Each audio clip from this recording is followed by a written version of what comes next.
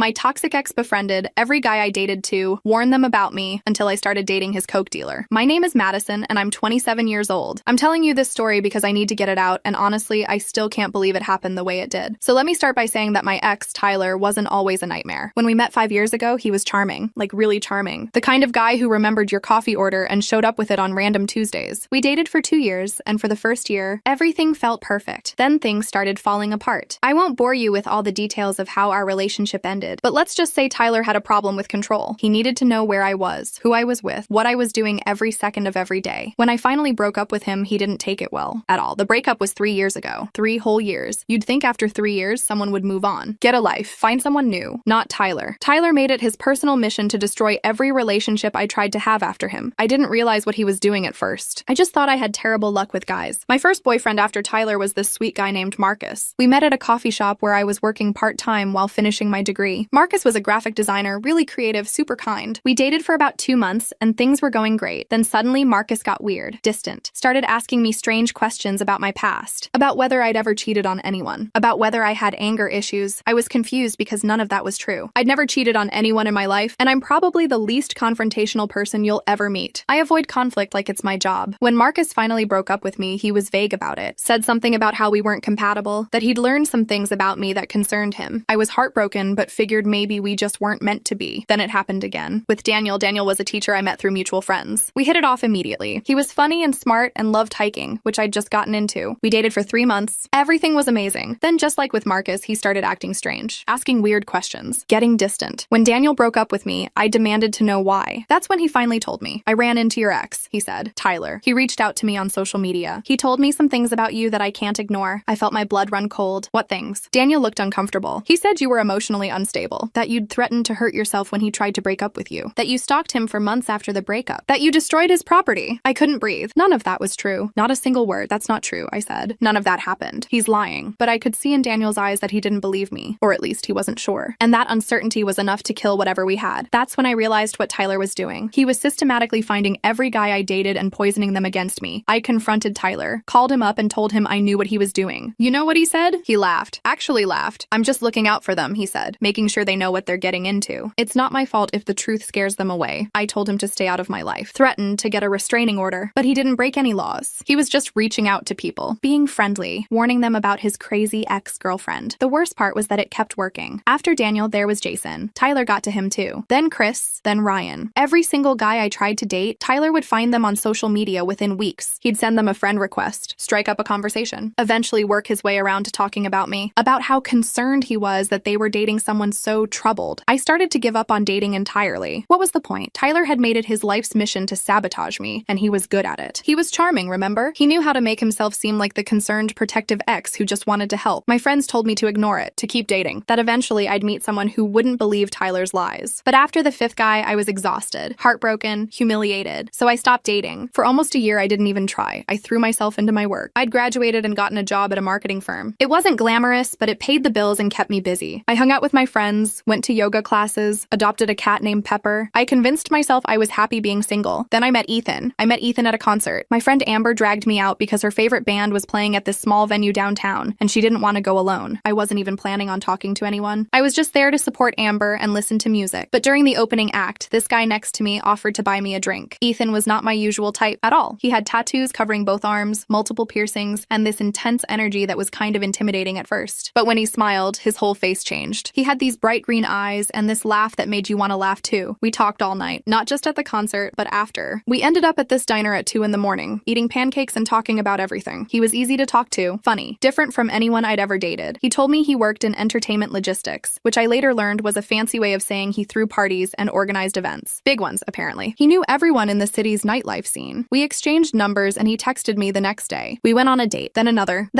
For the first time in forever, I felt happy, excited about someone. Ethan was unpredictable in the best way. He'd show up at my apartment at midnight and convince me to go on a drive to the beach. He'd send me flowers at work for no reason. He made me feel alive. I didn't tell him about Tyler right away. I was too scared, too worried that even mentioning my psycho ex would somehow jinx things. But about a month into dating Ethan, I knew I had to warn him. Because Tyler always found out eventually, and I didn't want Ethan to be blindsided. So one night, over dinner at his apartment, I told him everything. About Tyler, about what he'd been doing for the past 2 years, about how he'd sabotaged every relationship I'd tried to have. Ethan listened quietly, quickly, his expression unreadable. When I finished, I braced myself for him to freak out, to decide I wasn't worth the drama. Instead, he laughed, not in a mean way, in this kind of amazed, disbelieving way. "That's insane," he said. "Your ex is actually insane." "I know," I said, "and he's probably going to try to contact you eventually. I just wanted you to know ahead of time so you don't believe whatever he says." Ethan reached across the table and took my hand. "Madison, I don't care what some random guy says about you. I like you a lot, and if this Tyler dude tries to come at me with some nonsense, I'll just ignore him." I felt this rush of relief. Maybe Ethan would be different. Maybe he'd be the one who didn't let Tyler get in his head. I should have known it wouldn't be that simple. About 2 weeks later, Ethan mentioned something casual over text. "Hey, weird question, but do you know a Tyler Bennett?" My heart sank. "He found you," I texted back. "Yeah, he sent me a friend request on Instagram. Started messaging me. Seems like a real piece of work." I called Ethan immediately. "What did he say?" "The usual stuff, I guess. That you're his ex. That he's concerned about me. That you have some issues I should know about. And I told him to back off," Ethan said. His voice was calm. "I told him I didn't want to hear it and to leave me alone." "Did he stop?" "Not exactly. He sent a few more messages. But I blocked him." I felt this mix of relief and anxiety. Tyler had never been blocked before. The other guys had listened to him, had let him plant seeds of doubt. But Ethan had shut him down immediately. "Thank you," I said, "for believing me." "Of course," Ethan said. "This guy sounds like a stalker. You should probably look into getting a restraining order or something." I told him I'd thought about it, but it was complicated. Tyler was careful. He never threatened anyone. He never harassed me directly. He just reached out to people in my life. It was creepy, but not technically illegal. For a few weeks, things were fine. Ethan and I kept dating. I started to relax, started to think that maybe Tyler had finally given up. Then one night, Ethan told me we needed to talk. We were at my apartment. I'd made dinner and we were sitting on my couch. The second he said those words, my stomach dropped. "Did Tyler contact you again?" I asked. "No," Ethan said. He looked uncomfortable. "It's not about Tyler. Well, not directly. What is it?" Ethan took a deep breath. "There's something I need to tell you. About what I do for work." I frowned. "You plan parties." "Yeah, but that's not all of it." He ran a hand through his hair. "The events I throw, the parties, they're not exactly legal. I mean, the venues are legal, but what happens at them isn't always above board." I stared at him. "What does that mean?" "It means I deal," he said quietly. "Not at the parties, but that's how I know most of my clients. I supply people with party supplies." It took me a second to understand what he was saying. When I did, I felt like I'd been punched in the stomach. "You're a dealer," I said. "Yeah, like substances." "Yeah." I didn't know what to say. I'd never dated anyone who did anything like that. I barely even drank. The hardest thing I'd ever tried was some edible at Amber's birthday party that made me paranoid and sleepy. "Why are you telling me this now?" I asked. "Because I like you," Ethan said, "and I don't want there to be secrets between us. I know it's not ideal, but it's how I make money. I'm good at it, and it pays really well. But I understand if this is a deal breaker for you. I should have ended it right there. I know that. It was the smart thing to do, but I didn't. Maybe I was tired of Tyler winning, tired of letting him control my life. Or maybe I just started to really care about Ethan, and I didn't want to lose him over something that felt abstract and distant from my actual life. I need some time to think about this," I told him. "Of course," he said. He left that night, and I spent hours staring at my ceiling, trying to figure out what to do. The next day, I talked to Amber about it. She was the only friend I trusted enough to tell. "Are you serious right now?" she said. "Madison, you cannot date someone who deals substances. That's insane." "I know," I said, "but he's been so good to me, and he's honest. He didn't have to tell me. He told you because he had to," Amber said. "Because eventually you would have found out. This is not some romantic honesty thing. This is him covering his butt." She was probably right, but I didn't want her to be. "What if I just see where it goes?" I said. "It's not like he's dangerous. He's just a businessman who happens to have an unconventional business." Amber looked at me like I'd grown a second head. "Listen to yourself. You're making excuses for someone who could get arrested at any moment. Who could get you arrested just for being around him?" That part hadn't occurred to me. The legal ramifications of dating someone like Ethan. But then I thought about Tyler, about how he'd spent years making sure I couldn't be happy with anyone, about how Ethan was the first person who'd stood up to him, who'd chosen me over Tyler's lies. "I'm going to keep seeing him," I said. Amber sighed. "Okay, but don't say I didn't warn you. I kept dating Ethan, and honestly, for a while, everything was great. Better than great. He was sweet and attentive and never made me feel like his work was more important than me. We fell into this comfortable rhythm. I'd spend weekends at his place. He'd cook for me. We'd watch movies and talk about our days. I tried not to think too hard about what he did for work, about the people he sold to, about the risks he was taking. Then, about 3 months into our relationship, something weird happened. I was at Ethan's apartment waiting for him to get home from a meeting. I was on his couch, scrolling through my phone, when I heard a knock at the door. I figured it was a delivery or maybe one of Ethan's friends, so I opened it. Tyler was standing there. I froze. Completely froze. "Madison," Tyler said. He looked shocked to see me. "What are you doing here? What are you doing here?" I shot back. "I'm here to see Ethan," he said. My brain couldn't process what was happening. "How do you know Ethan?" Tyler's expression shifted. He looked confused. Then understanding dawned on his face and he smiled. That same smug smile I used to love and now hated. "Oh," he said. "Oh, this is perfect. What are you talking about?" "Ethan is my dealer," Tyler said. "Has been for about a year. I had no idea he was dating you." This is hilarious. I felt sick. Actually sick. Before I could respond, Ethan appeared in the hallway behind Tyler. He was carrying a takeout bag from our favorite Thai place. When he saw both of us standing there, his face went pale. "What's going on?" Ethan asked. "You're Tyler's dealer?" I said. My voice came out strangled. strangled. Ethan looked between us. You two know each other? She's my ex, Tyler said cheerfully. The one I told you about. Small world, huh? Ethan's expression hardened. You need to leave, man. I'm here to pick up, Tyler said. We had an appointment. I don't care. Leave. Tyler held up his hands. Whoa, okay. Didn't mean to cause drama. But hey, Madison, good luck with this one. Seems like you really upgraded from me. The sarcasm in his voice was thick. He was loving this. Loving the fact that he'd somehow inserted himself into my life again. Ethan stepped forward. Leave. Now. Or I'm calling someone who will make you leave. Tyler finally left, still smiling that infuriating smile. When the door closed, I turned to Ethan. Tyler is your client? Was, Ethan said. I'm done with him. For how long? How long have you been selling to him? About a year? Maybe a little more. Ethan set the food down on the counter. I didn't know who he was, Madison. I had no idea he was your ex until just now. Did you tell him about me? I asked. When you first started dating me, did you mention it to him? No, Ethan said. I don't talk to my clients about my personal life. That's rule number one. I believed him, but it didn't make the situation any less awful. Tyler now knew I was dating Ethan. And worse, Ethan had been selling to Tyler for over a year. The same Tyler who'd been systematically ruining my life. I sat down on the couch. My hands were shaking. I need you to cut him off completely, I said. No more selling to him. No more contact. Already done, Ethan said. I meant what I said. I'm done with him. He's not going to let this go, I said. You don't know him like I do. He's going to use this. He's going to find some way to make this worse. Ethan sat down next to me. Let him try. I'm not scared of some entitled jerk who can't let go of his ex, but I was scared because I knew Tyler, and I knew he was already plotting something. I was right to be scared. Over the next few weeks, Tyler started calling me, texting me, showing up at places he knew I'd be. My favorite coffee shop, the yoga studio, the grocery store near my apartment. He wasn't threatening. That was the thing. He was never overtly threatening. He'd just smile and wave, make small talk, ask how I was doing, how Ethan was doing. It was psychological warfare. I told Ethan about it and he offered to handle it, but I knew that would only make things worse. Tyler wanted a reaction. He wanted drama. He wanted to get under my skin, so I tried to ignore it. Tried to go about my life like Tyler wasn't lurking in the background. Then Tyler escalated. He started posting on social media about me. Not directly, but in this obvious passive-aggressive way. Posts about toxic people, about exes who refuse to take accountability, about how some people never change. My friends noticed, started asking me about it. I had to explain the whole situation over and over again. It was humiliating. But the worst part came when Tyler started messaging Ethan's friends, his business associates, people in his network. He told them that Ethan was dating his ex, that I was bad news, that I had a history of causing problems, that Ethan should be careful. It was exactly what he'd done to all my previous boyfriends, but now he was doing it to Ethan's entire social circle. Ethan started losing clients. People who'd worked with him for years suddenly stopped calling, stopped placing orders. He didn't tell me at first, but I could tell something was wrong. He was stressed, distracted, worried about money. When I finally got it out of him, I was devastated. This is my fault, I said. Tyler is doing this because of me. It's not your fault, Ethan said. It's his fault. He's the one choosing to be a psycho, but I felt responsible. Tyler was destroying Ethan's livelihood because Ethan had refused to listen to his lies about me. I decided I needed to confront Tyler again. Face to face, I called him and asked to meet. He sounded surprised but agreed immediately. We met at a neutral location, a park near downtown. Tyler showed up looking smug, like he'd already won. What do you want, Madison? He asked. I want you to stop, I said. Stop contacting Ethan's friends. Stop posting about me. Stop showing up everywhere I go. Just leave me alone. I'm not doing anything wrong, Tyler said. I'm just exercising my free speech. I'm allowed to post what I want on my own social media. I'm allowed to talk to my friends. Ethan's friends aren't your friends, I said. You're deliberately sabotaging his business, Tyler shrugged. Not my problem if people don't want to work with someone who has bad judgment. Why are you doing this? I asked. It's been 3 years, Tyler, 3 years. Why can't you just move on? For the first time, Tyler's expression shifted. Something darker flickered across his face. Because you embarrassed me, he said. When you left me, you made me look like a fool, like I wasn't good enough. Everyone knew you dumped me. Everyone knew I couldn't keep you happy. So this is about your ego? This is about respect, Tyler said. You don't get to just walk away from me and move on like I didn't matter. Like those 2 years meant nothing. They did matter, I said, but they're over. You need to accept that, Tyler laughed. That cold, humorless laugh. I'll accept it when you understand what it feels like to lose something you care about over and over again. The way you made me feel. That's when I realized Tyler wasn't just obsessed with me. He was genuinely unwell. He'd built this entire narrative in his head where I was the villain and he was the victim, and nothing I said would change that. I left the park feeling hopeless. Tyler wasn't going to stop, and as long as I was with Ethan, he was going to keep destroying Ethan's life. That night, I told Ethan we should break up. No, he said immediately. Ethan, he's ruining your business. You're losing money because of me. I don't care about the money, Ethan said. You should care. This is your livelihood. I'll figure it out, Ethan said. I'm not letting him win. I'm not letting him drive you away. I started crying. I'm so tired. I'm so tired of Tyler controlling everything. Of him always being there, always watching, always waiting to destroy anything good in my life. Ethan pulled me close. Then we need to find a way to stop him. For good. How? I asked. I've tried everything. Confronting him, ignoring him, threatening legal action. Nothing works. Ethan was quiet for a long moment. Then he said, what if we give him what he wants? I pulled back to look at him. What? What if we let him think he's won? Let him think he's successfully driven us apart. Then he'll back off. And once he's backed off, we can figure out our next move. I didn't love the idea of pretending to break up, but I was out of options. You really think that would work? I think it's worth a try, Ethan said. So that's what we did. We staged a breakup, made it public on social media. I even told Amber about it, swearing her to secrecy about the fact that it wasn't real. Tyler bought it immediately. He reached out to me a few days later, all fake sympathy and concern. Hey, I heard about you and Ethan. I'm sorry things didn't work out. I wanted to throw my phone across the room, but I played along. Yeah, it just wasn't meant to be, I said. Well, if you ever need someone to talk to, I'm here, Tyler said. The audacity. The absolute audacity. But I stayed calm. Thanks, Tyler. For a few weeks, Tyler seemed satisfied. He stopped posting about me, stopped showing up at random places. Ethan's business started to recover as word spread that we'd broken up. Ethan and I kept seeing each other in secret. It was actually kind of exciting at first, sneaking around. But it also sucked, not being able to be public about our relationship. Then something unexpected happened. Ethan came to my apartment one night looking shaken. What's wrong? I asked. Tyler contacted me, he said. My blood ran cold. What? Why? He wants to buy again. Said he heard we broke up and figured there was no conflict of interest anymore. I felt sick. You're not going to sell to him, are you? No, Ethan said. But that's not the thing that's bothering me. What is it? Ethan sat down. When he reached out, he was different, more aggressive. He said something weird. He said he was glad we broke up because now he could tell me the truth about you. The truth? Yeah. He said he'd been holding back before because he didn't want to seem like he was just trying to sabotage the relationship. But now that we were done, he wanted to help me by telling me what you're really like. What did he say? Ethan looked at me. He said you're dangerous. That when you were together, you manipulated him, controlled him, that you threatened him when he tried to leave. He said you made his life miserable and that he's only been trying to protect people from you. I felt tears prick my eyes. None of that is true. I know, Ethan said. But Madison, he believes it. He really genuinely believes his own lies. And that makes him way more dangerous than I thought. We sat in silence for a moment. There's more, Ethan said. He told me he has proof, that he's been documenting everything you've done for years. He said if I ever wanted to see it, he'd show me. Proof of what? I haven't done anything. I know. But he's clearly built some kind of case against you in his mind. And I think we need to find out what it is. That's when Ethan suggested something risky. Something that made my stomach turn. I'm going to tell him I want to see the proof, Ethan said. I'll tell him I'm interested, that I'm starting to have doubts about you, that maybe we got back together briefly and I need to know the truth. No, I said immediately. That's too dangerous. What if he figures out we're still together? He won't, Ethan said. I'll be careful, but we need to know what we're dealing with. If he has some kind of documentation, some kind of fake evidence, we need to see it so we can figure out how to fight back. I didn't like it, but Ethan was right. We needed to know what Tyler had. So Ethan reached out to Tyler, told him he was reconsidering things with me, that he needed to see this proof Tyler kept talking about. Tyler jumped at the opportunity, set up a meeting at his apartment for the following week. Ethan went to that meeting. I waited at my apartment, anxious and terrified, until he got back. When Ethan finally walked through my door, he looked disturbed. What happened? I asked. Ethan sat down heavily on my couch. Madison, he's completely delusional. What do you mean? He has this entire room, like a whole room dedicated to you. Photos of you. Screenshots of your social media posts from the past 3 years. Lists of places you go regularly. Receipts from places you've shopped. He's been following you, documenting your life. I felt cold all over. He has a room? Yeah, and he has this binder. This huge binder full of evidence about how terrible you are. Except none of it is evidence of anything. It's just random stuff. A photo of you looking upset in a coffee shop with a caption about how you're clearly unstable. A screenshot of a text message where you told him you needed space, which he claims is proof you were threatening him. It's all twisted. All taken completely out of context. Oh my God, I whispered. He walked me through the whole thing, Ethan continued. Explained his case against you. How you've been stalking him for years. How you've been trying to ruin his life. Madison, he has it completely backwards. Everything he's accusing you of is what he's been doing to you. I couldn't speak. Couldn't process what Ethan was telling me. We need to go to the authorities, Ethan said. This isn't just obsession anymore. This is stalking. This is harassment. He has an entire room dedicated to tracking your life. Did you take pictures? I asked. Yeah, Ethan said. I pretended to use the bathroom and snapped photos of everything I could. The room, the binder, all of it. He showed me his phone. The photos made me want to throw up. Tyler's apartment wall was covered with pictures of me. Some I'd posted online. Some I hadn't. Some that looked like they'd been taken from a distance without my knowledge. We went to the authorities the next day, filed a report, showed them the photos, explained the entire situation. The officer who took our statement looked grim. This is definitely concerning. We're going to look into it. But I wasn't hopeful. Tyler was clever. He'd been careful not to break any laws, or at least not any laws he could easily be prosecuted for. Days passed. Then a week. I didn't hear anything from the authorities. Didn't hear anything from Tyler either, which was almost more unsettling. Then, 2 weeks after Ethan's visit to Tyler's apartment, I got a call from an unknown number. It was a detective. She wanted to meet with me about Tyler. I went to the station immediately. The detective, a woman named Detective Rodriguez, sat me down in an interview room. Ms. Reynolds, she said, we've been investigating Tyler Bennett following your report, and we've uncovered some concerning things. Like what? I asked. Mr. Bennett has been under investigation for something unrelated to you. We can't share all the details, but your report helped us connect some dots. We've been building a case against him for harassment and stalking, not just of you, but of several other individuals. My eyes widened. Other people? Yes, you're not his only target. There are at least 3 other women who've filed reports about similar behavior. Ex-girlfriends who he's been systematically harassing for years. I felt a mix of horror and relief. Horror that other women had gone through what I'd gone through. Relief that I wasn't alone. That I wasn't crazy. What happens now? I asked. We're obtaining a warrant to search his apartment. Given what you and Mr. Sullivan provided, along with the other evidence we've gathered, we have enough for an arrest warrant as well. I couldn't believe it. After 3 years of Tyler getting away with everything, the authorities were finally taking action. There's one more thing, Detective Rodriguez said. We need you to be careful. When Mr. Bennett finds out about the investigation, he may escalate. We're going to move quickly, but until he's in custody, you should take precautions. She gave me some safety guidelines. Stay in public places. Let friends know where I was. Consider staying with someone for a few days. I went straight to Ethan's apartment. Told him everything. Finally, Ethan said. Finally, someone's holding him accountable. That night, I felt like I could breathe for the first time in years. Like maybe, just maybe, this nightmare was actually ending. The next morning, Detective Rodriguez called me again. We've arrested Tyler Bennett, she said. He's in custody. I started crying. I couldn't help it. 3 years of fear and anxiety and manipulation, and it was finally over. What did you find? I asked. In his apartment? A lot, Detective Rodriguez said. Enough to charge him with multiple counts of stalking and harassment. The room you described was even worse than your photos showed. He had tracking software on his computer. He'd been monitoring your location, your social media, everything. He'd been doing the same to the other victims. How is that even possible? I asked. I never gave him access to any of my accounts. He's good with technology, she said. We're still figuring out exactly how he did it, but he found ways to access information he shouldn't have had access to. Over the next few weeks, the case against Tyler built. The other women came forward. Their stories were eerily similar to mine. Tyler had dated them, broken up badly, then spent years sabotaging their lives. One woman, Jessica, had lost a job because Tyler had contacted her employer with false accusations. Another woman, Natalie, had moved to a different state to get away from him, but he'd found her there too. We all gave statements. We all provided evidence. Tyler's lawyer tried to paint him as a concerned ex-boyfriend who'd been falsely accused. But the evidence was overwhelming. The room, the tracking software, the documented harassment of multiple women over several years. The trial took months. I had to testify, had to sit in a courtroom and recount everything Tyler had put me through. It was one of the hardest things I'd ever done, but when the jury came back with a guilty verdict, it was worth it. Tyler was sentenced to 3 years in prison for stalking and harassment. He was also ordered to stay away from all of his victims permanently. No contact, no social media, nothing. When the judge read the sentence, I felt something I hadn't felt in years. Free. I was finally free. Ethan and I went public with our relationship after the trial. It felt amazing to not have to hide anymore, to be able to post photos together, to go places without looking over my shoulder. My life started to feel normal again. I got a promotion at work. Ethan's business recovered, and then some. We moved in together after about a year, but the best part was the relationships I built with the other women Tyler had tormented. Jessica, Natalie, and a woman named Melissa. We formed this unexpected support group. We'd meet for coffee sometimes, talk about our experiences, help each other heal. It's been 2 years since Tyler's sentencing. He's still in prison. He'll be out in about a year, but by then, I'll be long gone from this city. Ethan got an opportunity to expand his legitimate business, the party planning part, to another state. We're moving next month. I'm not running away this time. I'm moving forward, starting fresh somewhere new. Somewhere Tyler has never been. Somewhere I can just be Madison, not Tyler's victim. Looking back, I sometimes can't believe how close I came to letting Tyler destroy my life completely. How close I came to giving up on relationships altogether. If I hadn't met Ethan that night at the concert, I don't know where I'd be. Still alone, probably. Still scared. Still letting Tyler's shadow hang over everything I did. But I did meet Ethan, and Ethan refused to let Tyler win. He stood up to him in a way no one else had. He believed me when others had doubted. The irony isn't lost on me, that the person who finally helped me break free from Tyler was Tyler's own dealer. That Tyler's own actions, his own need to control and manipulate, led him to introduce me to the one person who would help bring him down. Amber calls it poetic justice. I call it lucky. Either way, I'm grateful. Sometimes people ask me if I'm afraid of what will happen when Tyler gets out of prison. If I worry he'll come after me again. Honestly, a little. There's always that fear in the back of my mind, but I'm not the same person I was 3 years ago. I'm not alone anymore. I have Ethan. I have friends who know the truth. I have a support system. And more importantly, Tyler's on record now. If he tries anything